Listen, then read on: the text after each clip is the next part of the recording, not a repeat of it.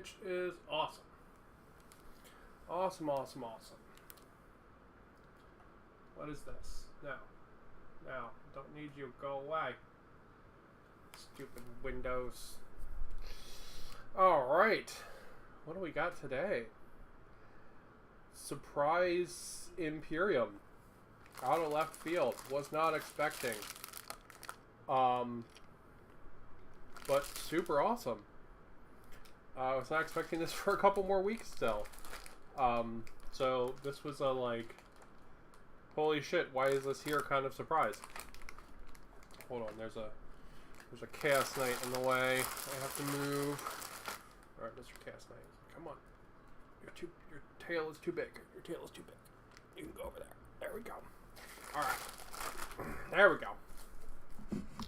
So, what do we got? We got some brushes. Check those out a little bit. We got 15, 14, 13, and 12.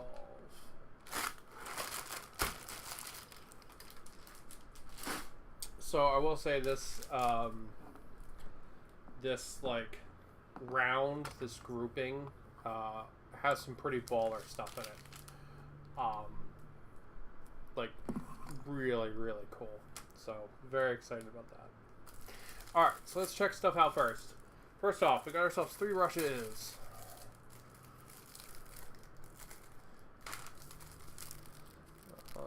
Trash will just go there today. We've got base coat brush. It's actually really nice, it seems like. We've got a shade brush. Yeah, it's just a big guy with not a big point on him. And then we got a layer brush. Yeah. He looks like he's a little beat up. Yeah, it's okay. We'll figure that out. But yeah, not bad. Not bad. This is like a size 2 or 3. And then this is like massive. And then this looks largely like a dry brush. So that's going to be interesting. I'm actually super interested in trying that out. So, we'll add this to the pile of brushes. And we'll crack open with number 12. I was not expecting these today, so this is a super fun surprise. I was stressing a little bit yesterday, not gonna lie. And I kind of was just zoning out painting and did like a metric fuck ton of hobby. Got like 2 giant projects almost completed. So, yeah, that's pretty cool. Alright, what do we have? Canoptic Alloy. That's a weird color. It's kind of like a brownie silver. I like it though. That's really nice. Hello. That's a really cool color. Yeah, I definitely don't have that. And we have Screamer Pink. This is like distended butthole color. It's cool. I have no idea what I'll use this for, but that's neat. And then the king of all paints right here, Agrax Earthshade. I literally just bought an Agrax Earthshade yesterday. I use it on like everything. I like everything to look dirty. So I'm one of those heathens that literally puts it on every single model. Like here, look. Space Marine. Right? Yep. There's Agrax Earthshade on there. Chaos Space Marine. Yep. Agrax Earthshade on there. This sexy werewolf guy that I converted for Necromunda. Agrax Earthshade to hell. So, yeah, I literally put it on, like, fucking everything. So it's always cool to have. Alright, let's get checking out our magazine here. It looks like we've got nice intro page. We got some more weapons and war gear for the Necrons. For the, ooh, a rolly name thing. What can we get? Hold on. We must acquire dice. Wait. There must be dice. No.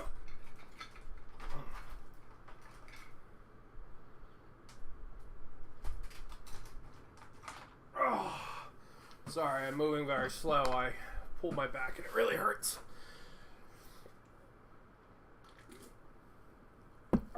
So a little bit of bending there. Kind of feels like I want to die now. Alright. Weapon and War Gear names. First one. We got 3. Second one. We got a 1. So we would have Cryptex. Round 2.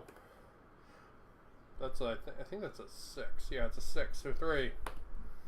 And 6. So we'd have Cryptex Sliver.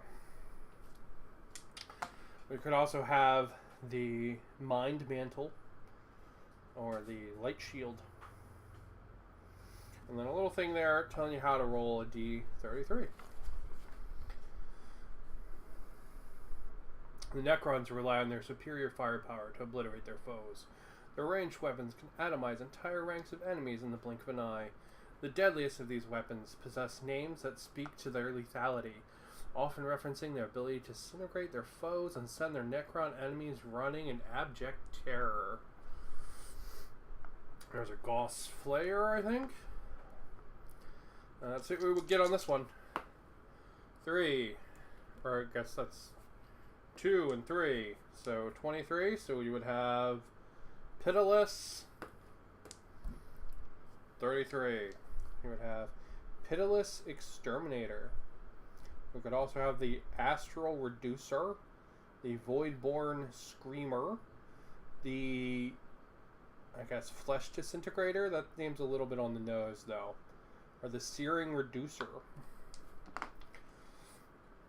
Whilst the strength of a Necron Legion is based upon its ranged firepower, the Necron nobility and their most elite units favor melee weapons. The weapons wielded by Necron nobles often double as symbols of status or office, and they are given grandiose names to signify their importance. See what we get. 33, and then we would have 23. So we would have Executioner's Brand. We could also have the Cosmic Blade, the Godslayer Scythe, the Fractal Doom, or the Transdimensional Scepter. So pretty cool. If I was, I think the Cosmic Scythe is probably the coolest name there. And with the weapons, I think the I don't know, the Howling Disintegrator is kind of cool. All right, the Imperium Nihilus. So it's just talking about the region. The Imperium Nihilus lies beyond the rolling warp storms that make up the Great Rift. Cut off from the Terra and blind to the Astronomican's light, those that dwell here face a legion of nightmarish foes. We got ourselves Abaddon there, and some Chaos Space Marines fighting what looks like some Ultramarines, because it's always fucking Ultramarines. And there's the Neckman Gauntlet. It is one of only 2 stable passages from the Imperium Sanctus into the Imperium Nihilus. It has been the site of several vicious battles between the Imperium and other forces who seek to control this route. The largest of these conflicts has been centered around the Vigilus system on the Imperium Nihilus side, the Great Rift. I like these. I like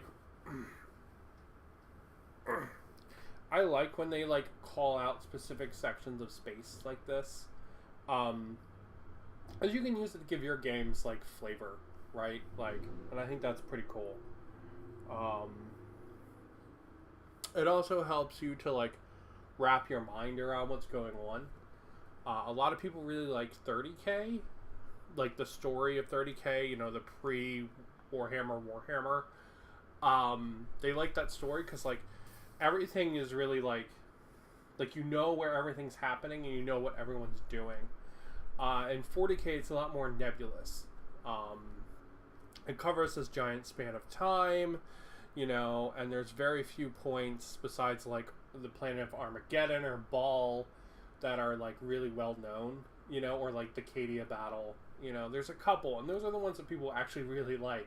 So things like this, I think, is a good call for the story to do. So I think that's neat.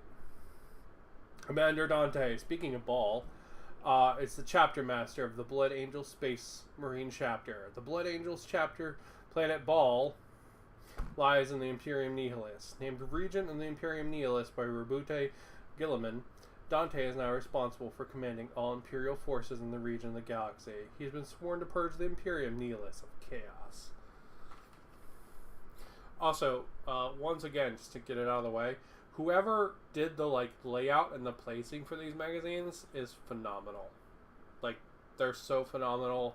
I cannot stress how much of a fucking raise that person deserves. Alright. Let's see, we got Space Marine about to hit a Chaos Space Marine. I was trying to figure if it's some kind of Grey Knight. Chapter planets. Many Space Marine chapters operate from a single homeworld, where they carry out their training, recruit new warriors, and rearm their forces. It is in their sovereign domain, over which they have complete authority, and their chapter master is lord to all. And then here's some stuff on fleet-based chapters, like the Carcharodon, and fortress monasteries, which are just big fortresses. Oh, here's the good shit. We got some Chaos Demons. Yeah. That's a cool picture. I like that picture. I like the guys that are just, like, hopelessly firing into the Great Unclean One's belly. Oh, there's a demonette. You can see a little bit of her titties. We have Flamer, a bunch of the Screamers. We got some, what's it called? Bloodthirsters. Or blood something. Bloody McBloodbloods. Then a Great and Clean One. Weird mix of demons, but it's a really cool picture. No any of the Imperium is more terrifying than the demons of chaos. They are the numberless foot soldiers of the dark gods. Wrought from the very essence of the immaterium, these monstrous forms are shaped by the darkest nightmares and cruelest desires of mortal beings. Oh, that's cool. I like this. This is really cool. They're like tarot cards for the gods. That's awesome. Oh, let me see what that was. Let me make sure it's not... I'm screwing something up.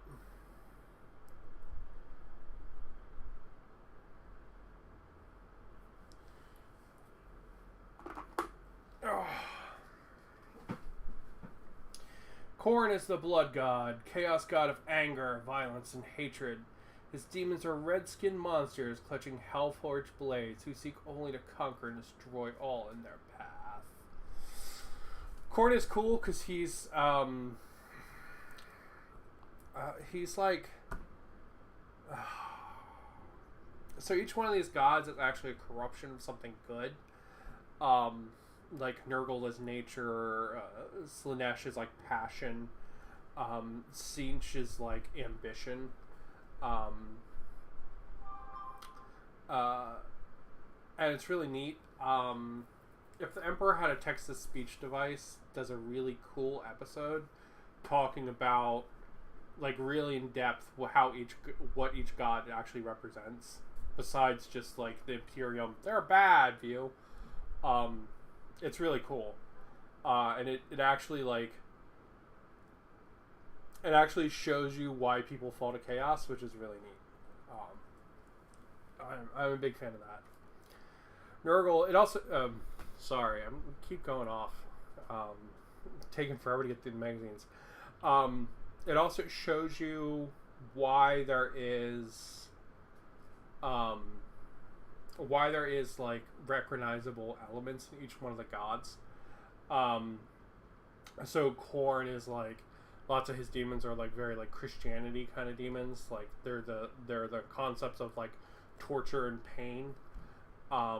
Whereas Nurgle, a lot of his stuff is actually nature based. So he has a lot of things where like his troops are actually turning into like satyrs. So their boots are like becoming hooves, and they have like big great green man in the forest style horns, and it's pretty cool. And it explains some of the aesthetic overall, which is really neat. I will say Nurgle is my favorite. Nurgle is the chaos god of plague and decay. His demons are bloated with rot and covered in pus-filled boils. Most are jovial creatures who take pleasure in spreading disease across the galaxy. That's actually why I like Nurgle the most, because his followers are actually happy. So lots of times the Tzeentch followers are portrayed as like being confused, and the Khorne ones are just like pure rage. And the Slaanesh ones, usually they're deprived or like depraved in a like self-deprecating way. So like the things that they want to do are actually destroying them, which I think is probably commentary on it. But I don't think they have as good representations as the guys for Nurgle. Because like when you serve Nurgle, you're generally happy, right? Like you believe in the cause and you're like out there spreading it. The same way like Space Marine would crusade, like Nurgle is essentially the same, except you're spreading like, you know, your sickness and rot across planets. It's really cool. It's also unnerving when you have like a giant bloated fat like death monster like laughing and like being like, come on little buddy, you can do it, you know. It's really cool. Super big fan of Nurgle. I mean, I'm literally wearing a Nurgle shirt today, so that hurt. So I mean, I guess it's kind of fitting. Alright. Tzeentch is the chaos god of change, an ever-scheming god. He is associated with sorcery. His brightly colored demons go to war with vibrant, destructive displays of magic. And then Slaanesh is the chaos god of pain, pleasure, and excess. See, that's the weird thing. Like, the pain part there is weird to call that out specifically, and I always think it does disservice to like this the way Slaanesh is represented. That's a whole TED talk. He is the youngest of the Chaos Gods. His demons are both beautiful and horrific, with lithe, graceful bodies marred by monstrous mutations. Alright. And then we've got our how to paint here. Working on the scarabs, that person is. And then working on the cloaks and some swords. I do like that it's like walking you through to how to paint your guys one at a time. I think that's really neat. And then we've got some of this new Canoptic Alloy. I guess they just want you to put that on everything. Pretty cool. And then we have Defending the Crips. A group of assault intercessors find themselves caught in the path of the Necron Overlord and his phalanx of warriors. Thankfully, their captain stands at their side. The skirmish will pit the Necrons' eldritch technology against the assault intercessors' aggression and captain's talent of leadership. Okay, and there's all of our data sheets. So these data sheets are pretty much just 40k data sheets at this point. Like that's just straight up a 40k data sheet, which is neat. Even though you're still playing these like little mock games, it's cool that like that they're slowly becoming regular 40k. If I had never played 40k before, this would literally be like the best thing ever. All right, that's issue number 13. Or no, issue number 12. Issue number 13 is next up.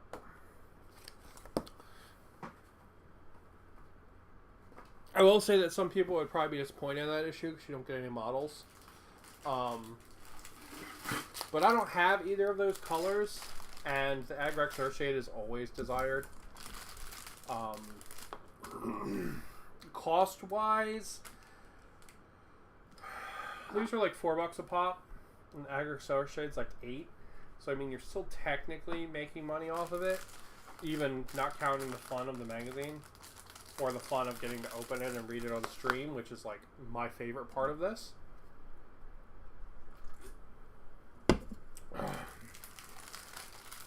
But people would probably be like, "Yeah, there's no models in that one." Yeah, but Agriculture Shade's great.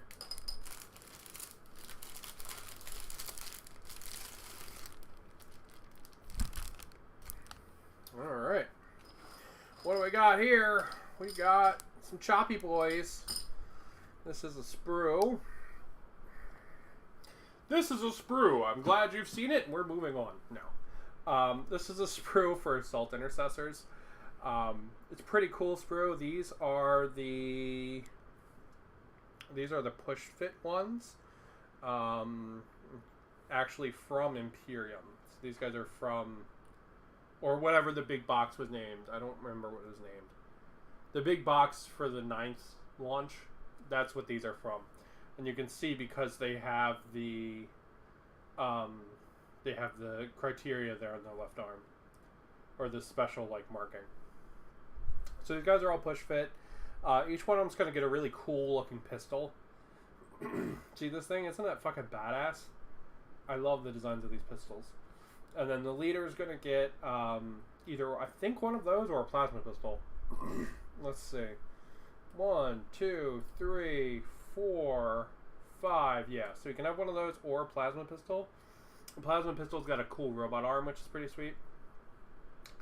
And then he has an option of having either not having a helmet on or wearing a helmet, which is pretty cool. So you get 5 of those guys on this runner.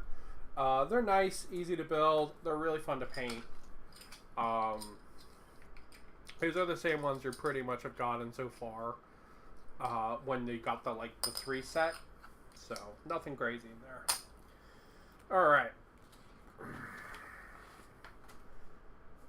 Okay. Assault Intercessors. Assault Intercessors are frontline shock troops who are equipped with lethal heavy bolt pistols and adamantine toothed chain swords that can cut through armor with ease. Their task is to charge the enemy and use their melee weapons to disrupt and break their lines. So here it is talking about the sergeants often have tilt shields marked with their personal heraldry. Oh, it does mention the Crusade markings. Indomitus, that was the name of the box. Oh, that's cool. It's cool it mentions that. Yeah, so these guys are all the guys from Indomitus. And then it says the captain has the plasma pistol and bionic arm. So you don't have to build him like that, but you totally can. In search of immortality. Oh, there's the Indominus picture for the Necrons, where they're trying to rebrand them to be a little more spooky. I like that. The Necrons are feared across the Imperium and beyond as a race of immortal android warriors. Rumors persist of ancient Necron tombs rising from beneath the surface of settled worlds, and of a relentless legion crushing all beneath their metallic tread. Yet the Necrons were not always thus. So the Necrons used to be a race called the Necron Tier, who were pretty sick, like a sickly race, but super technologically advanced. They did a bid to the actual calling them actual gods is a little bit of a disservice. They did a bid to another race of god beings. And was like, hey, can you help us out with the fact that we're sick all the time? And the god beings were like, LOL, no, bro, we can't. So they then decided that they were going to capture the closest thing 40k has to actual gods, which are these huge star-devouring monsters. So they were like, okay, we're going to actually just go capture these. And so they captured those, and then were able to talk to them, and they made a bid to get rid of their sickness, but in doing so, they became robots. Oh, there they are, the Catan. The Catan are a race of incredibly powerful godlike beings formed from the fundamental energies of the universe. Like the Necron tier, they had once warred against the Old Ones. That was the other race the Necron tier asked for help, and had been defeated. Thanks to their deception of the Necron tier, the Catan would have vengeance upon the Old Ones, but their victory would be short-lived. The Necrons, as they had become, sought revenge on their own, and having their Eldritch technology to shatter the Catan into shards. Even these shards, however, are powerful indeed. The Necrons have bound many Catan shards into their engines of war. These tortured remnants of the Star Gods now serve as unwilling weapons in the armies of those whose souls they once devoured. That's pretty cool. I think the Catan stuff is neat. So the Necrons, talking about this picture, the Necrons have been rebranded in 40k numerous times. They've gone from like unthinking just murder Terminators to, hey, we're going to defeat our own gods, and now we're like kind of oppressed, you should feel sorry for us, to like Egyptian space pharaohs that are all kind of going crazy. And now they're trying to do this more like unknowable eldritch horror kind of thing. And honestly, I like all of those brandings, and I think when you mix them together, you get something interesting. And like any one of those brandings like is canon, so if you really like the unknowable eldritch horror kind of thing, you can just stick with that. You don't have to like really have the other stuff in your Necron army, because like, you know, the Necrons all kind of like split off into these like groups, so like they're all kind of different. So like if you really like one of the specific backgrounds, you can totally do that. The Tomb Awakens. Man, that's an old piece of art. Dig that. Then the obsidian bowels of her tomb world, and Necron Overlord rises from her stasis crypt, her slumber prematurely disturbed by the presence of verminous intruders. So that's pretty cool. And then this is the whole story. I guess this is a whole piece of story. That's pretty cool. So there's a Canoptic Wraith, I think. Canoptic Stalker, something like that. They're like these weird scorpion things. You're actually going to get a set of these in this magazine eventually, which is really cool. I'm really looking forward to that because I actually don't have these. But he's killing some Imperial Guard there. Alright. Here's how you build your Intercessors.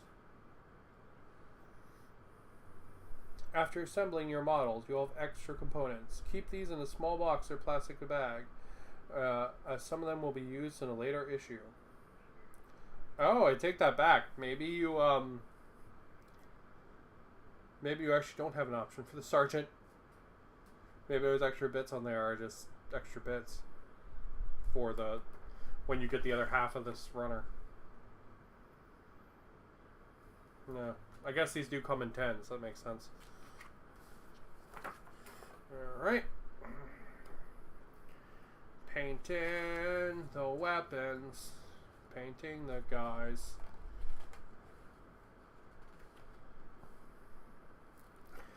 And then we got our battle. The battle for the Orb. Necrons must secure their master's resurrection orb and slaughter the impertinent Space Marine invaders. The Space Marines, meanwhile, must hold back the Necrons long enough for their allies to destroy the resurrection orb. Alright.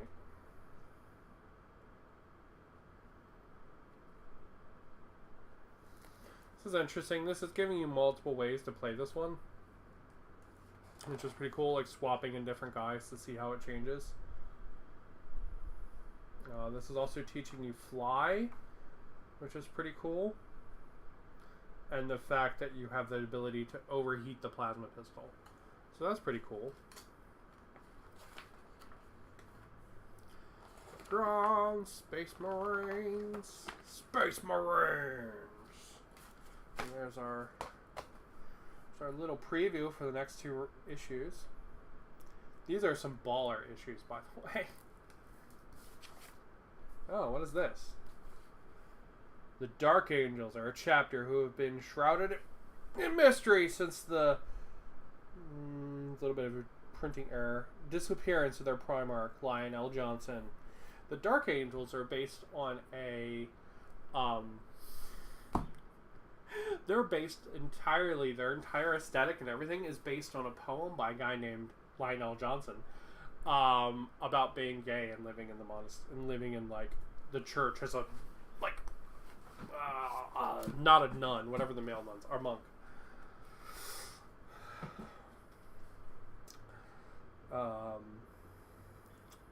They're renowned experts in the use of plasma weapons. Just like their Primarch, Cleveland Ross, the Space Wolves are fiercely independent. They continue to reject Rabute Gilliman's Codex Astartes in favor of their own methods of making war.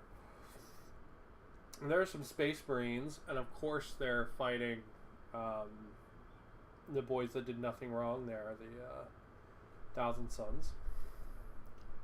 We got some Dark Angels down here, different kinds of Dark Angels. They have all kinds of weird color schemes, to be honest. So let's see over here. We've got Imperial Fists, Sons of the Primarch Rogel Dorn. The Imperial Fists specialize in siegecraft, whether breaking into seemingly impenetrable forces or defending the Imperium's own bastions. There's some pictures. I like the guys with the white helmets. Those are neat.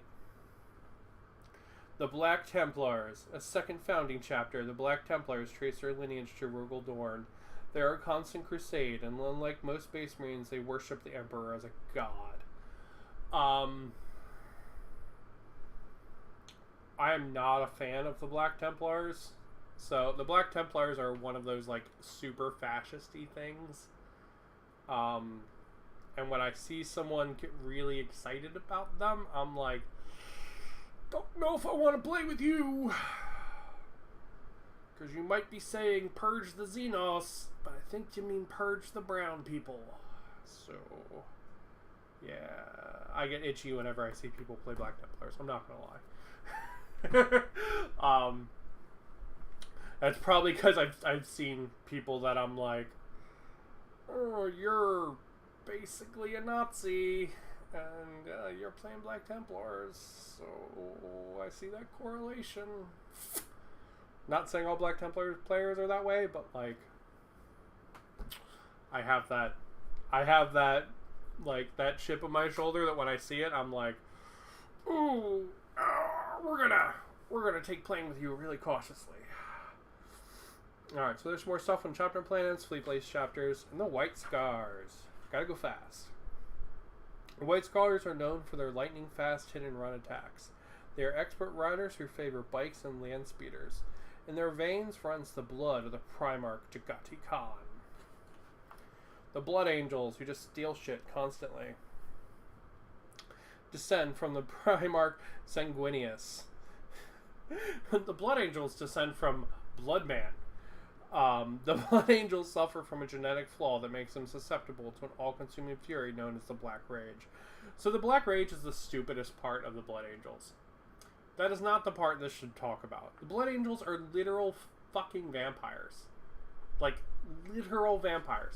The same way that the Space Wolves are literal werewolves. Like, they are werewolves. The Blood Angels are literal vampires. Like, the Black Rage is the dumbest... It's, like, the stupidest part of them. So, like, yeah. Anyway. Ooh, now we get a big map. That's really cool. This even has stuff for the Tau in there.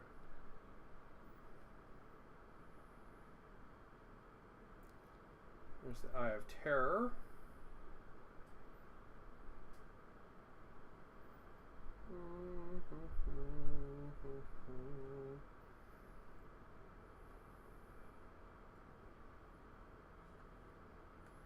Yeah, that's really cool.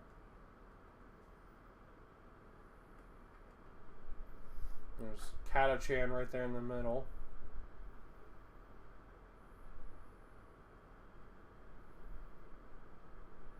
And the Pariah Nexus. Yeah, that's cool. Alright. Next up.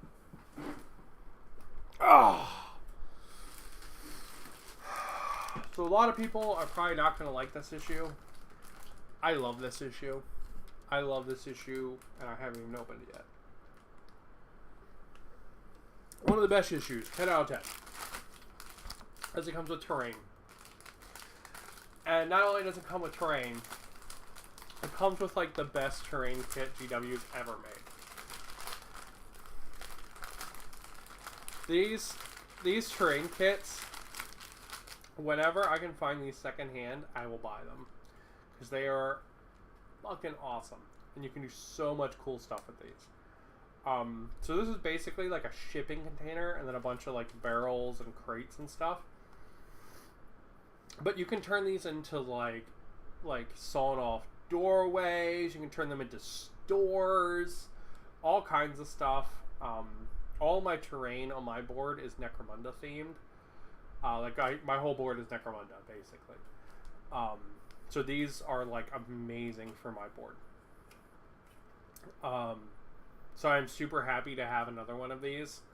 Because they're phenomenal. They are literally the bestest piece of terrain that ever existed. I mean, they're awesome. Your guys can hop up on top of them. Your guys can like go inside of them. There's a lot of really, really cool stuff you can do with these containers. They really are like probably my favorite terrain kit from GW. So super happy to have that. Super, super happy to have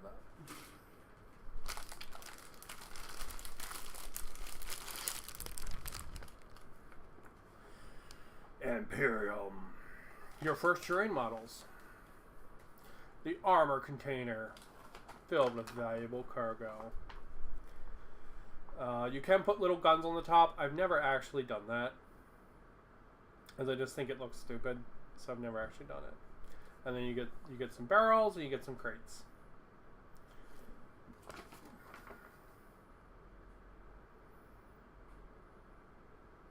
You also get a battle record for your crate.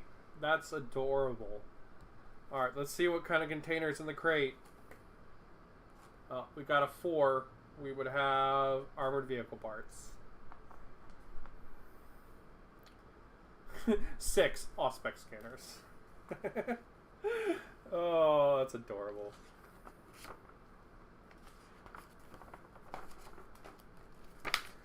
Then we've got a thing on the Eldari. A dying race, the Eldari have been in a long, slow decline since the cataclysmic event they refer to as the Fall. They birthed Slanesh. Despite their reduced numbers, however, the Eldari's grasp on psychic powers, highly advanced technology, and determination to survive make them incredibly deadly enemies. I've never been a fan of the Eldari. I don't like elves. I don't like elves in anything. So I don't really care about elves in 40k. Just not a fan. Alright. Then we have how to build our container.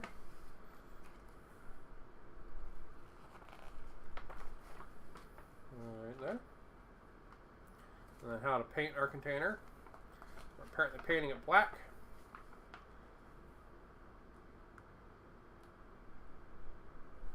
Oh, look, it's teaching you how to do like some kind of dry brush with silver. That's cool. I like that. Circular motions. Yeah, because I guess it did give you a dry brush earlier. Yeah, that's really nice. That's cool. And then how to use terrain. How to move over terrain. How to do climbing. How vertical engagement range works. Same with vertical unit coherency. I mean, this is a really nice summary of all those rules right there. So that's pretty cool. And then we have how to do line of sight with terrain. Look, target is not visible.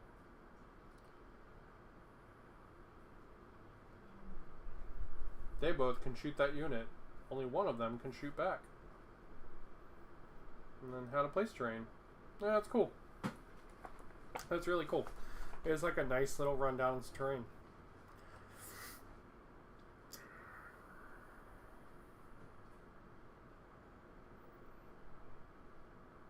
It's weird it's saying... Oh, I guess that one's painted on already. Alright. A squad of assault intercessors is tasked with securing a stray supply drop. An Imperial cargo lifter has been dispatched to assist in recovering the container. The Space Marines must contend with 2 units of Necron warriors if they are to achieve their objective. Necrons! Space Marines! Pew pew pew pew pew pew pew. Pew pew pew pew pew pew pew. Bum, bum, bum, bum, bum, bum, bum. So, nice simple little issue. But we do get that amazing runner. So, awesome little piece of terrain. Super good. Cost-wise, you get 3 of these for like $50. So, I mean, that's a super good deal for the box then. Or the magazine then. So it's really good. Last but not least, we got the big boy. We got the flayed ones. Issue number 15. Super cool. I was not expecting these so early. But they are very welcome because I don't have them, and I'm very excited about that. So, 5 little bases. They're on little bases. Interesting. And then we got our runner. Ooh, lots of claws. There's a foot with a talon on it. More feet with talons. More claws.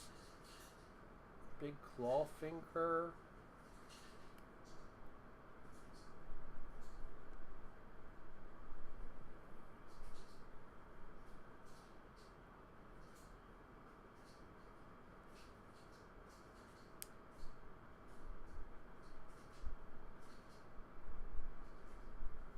Oh, it's popcorn. I was like, what is that noise? It's popcorn. So yeah, that's pretty cool. That's really cool. I wonder, since we're getting flayed ones, if we'll get heavy intercessors. They came out at the same time as flayed ones. The flesh-eating Necrons. They don't actually eat flesh. Oh my god, why does it keep calling them flesh eaters? That's weird.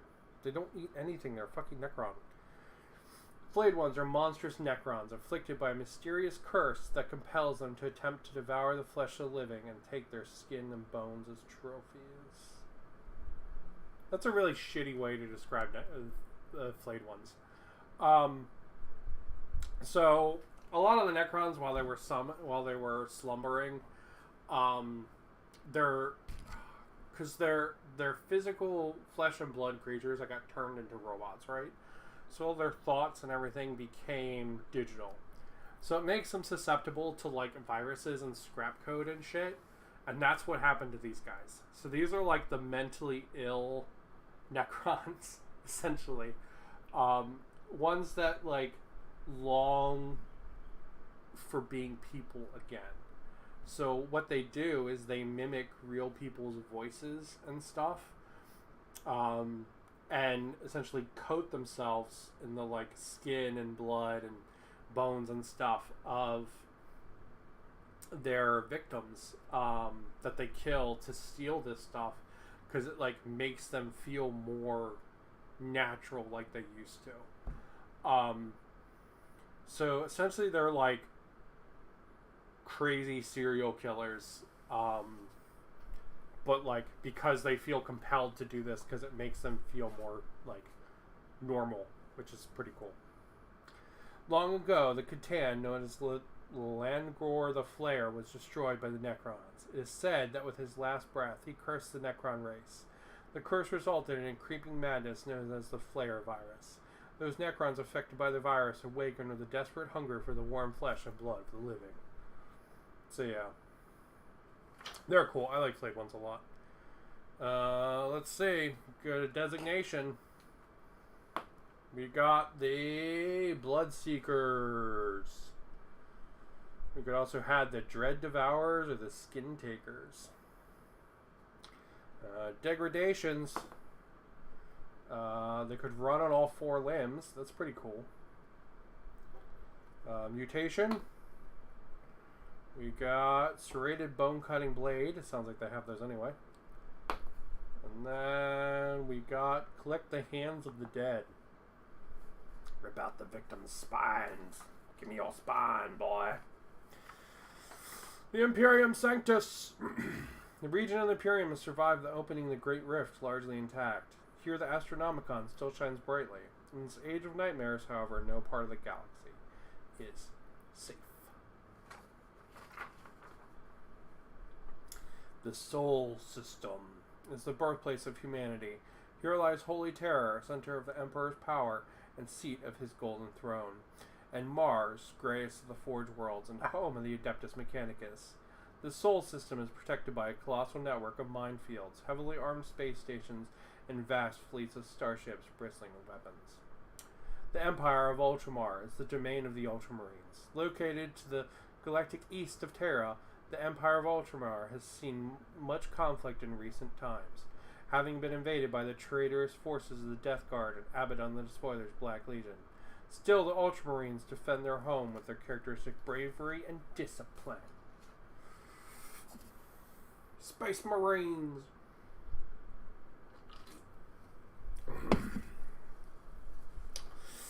Oh, there's Manius Kalgar. I cast Fist. There he is. Those Space Marine chapters are highly efficient fighting machines. They must contend the grueling attrition and numerous foes. To succeed, each chapter requires brilliant leaders with sharp minds who live and breathe the arts of war and logistics. Man, this is really just all about the fucking Ultramarines, isn't it? God damn. There they are fighting some appear to be Tyranids, looking at.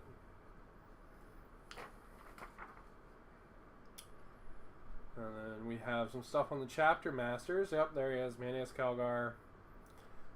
Chapter Master Dante. Pedro Cantor. High Marshal Helbrecht. Kai Van Shrike. The Raven Guard? Interesting, I don't know him. Logan Grimnar. The Logan Grimnar model basically looks like a Santa chariot pulled by wolves, which is pretty boss. Then how to build our flayed ones. Whoa.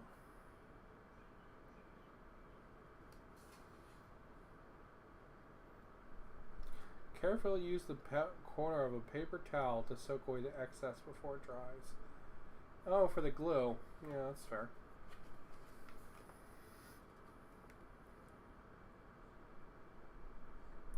They're really cool. I'm going to be building these later.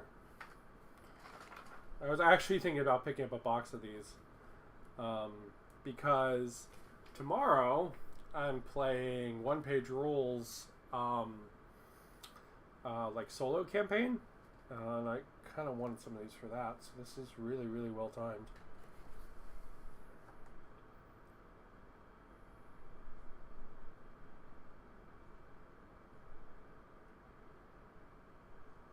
Yeah, they're really cool. Doesn't look like we'll get any options in the assembly, but really, really cool.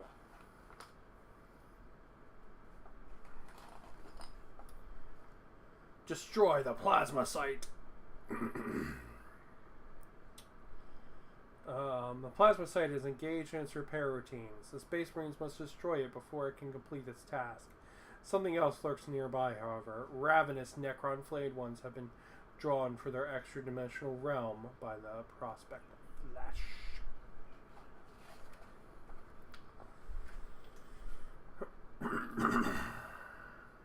Okay, so this is showing you how to... This is showing you basically how to, like, deep strike. So this is showing you how to do reinforcements, which is pretty cool. So you can drop them in later on, and you can drop them in closer to get some shots off. Pretty cool. And in the next instance, we're going to get our other 5 chargy boys, and then another container, which is really cool. And I'm curious what we'll get after that. I'm wondering if this is the going to be the set where I get the first like extra box, which is pretty cool. I think the first extra box is actually Chaos Space Marines, and it's essentially their start collecting box minus like 1 sprue. So like you don't get the big like robot monster, you get like basically everything else, which is pretty cool. So you get like all of the Marines and then the possessed. And then they give you a different leader in that box too. I'm really excited for that, actually. I've really been enjoying painting the Chaos Space Marines. I don't know why, but I've been really, really enjoying them. Doing all the Chaos stuff in general has been a lot of fun lately. So, like, really enjoying doing Chaos. So this is my new Chaos Knight that I'm working on. So he's fully magnetized. He actually has a 3D printed spacer in here in his belly that I 3D printed off for him, so he's a little bit taller, so he's a little bit different like profile than my other Chaos Knight. And he's got 3D or magnetized arms. His head's magnetized. His gun's magnetized, but it's not painted yet. This isn't finished being painted yet. Yeah, I'm really, really enjoying him. I'm really enjoying doing the Chaos stuff in general. He's got all his masks. I imagine he's taking as trophies when he kills somebody. Oh yeah. He's been a blast to paint. Super, super been in love with that. I have to figure out his other arm. Right now I have this primed, but I think I want him to have the big gun instead. So that he has a big gun. So I'll probably prime the big gun too. But yeah, I've been really enjoying the Chaos stuff lately. I don't know why. Just really have been. It's been really hitting the spot. So like when I painted these guys, these are from one of the Kill Team boxes. I don't remember which one. The last one that came out, not the current one with the Chaos Space Marines in it. These guys are from that.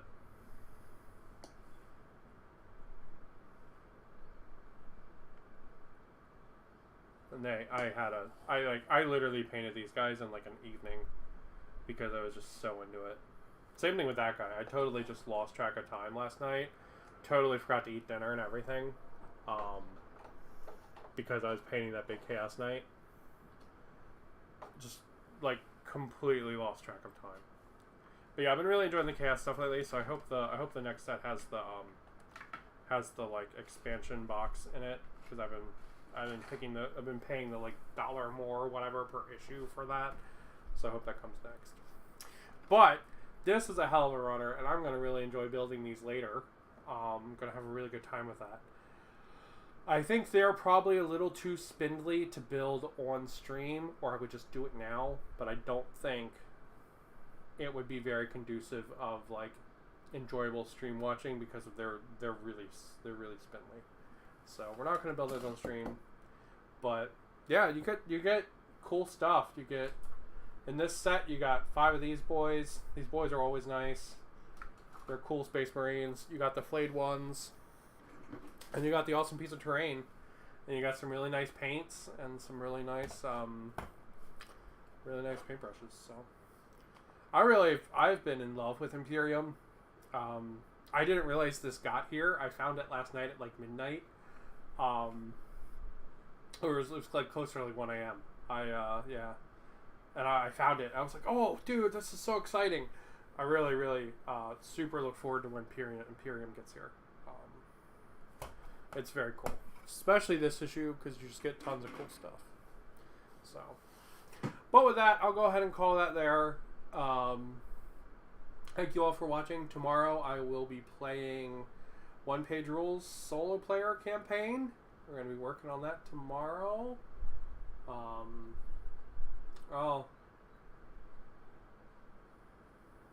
Yeah, we're gonna work on that tomorrow. I was debating if I wanted to stream some stuff because I have a little bit of like pre-work to set that campaign up. So maybe we'll do that tomorrow on stream, and then we'll stream again on Monday maybe, and actually play the game. I think that's what we'll probably do. So tomorrow is actually going to be pre-work for that campaign, like, you know, getting lists together, stuff like that.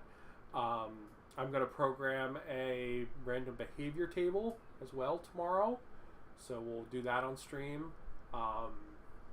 And a random event table, stuff like that. Similar to what I did up on my website for Stargrave. Similar kind of thing, except I don't think I'm gonna make it a. I don't think I'm gonna make it a what's it called? Like a random. You click it and it tells you kind of thing. I think we're actually gonna make it a rolling table because I think the rolling is fun. I think that there's something inherently fun about rolling dice. I don't know what it is. It's just like part of the human psyche. It's fun, right? So,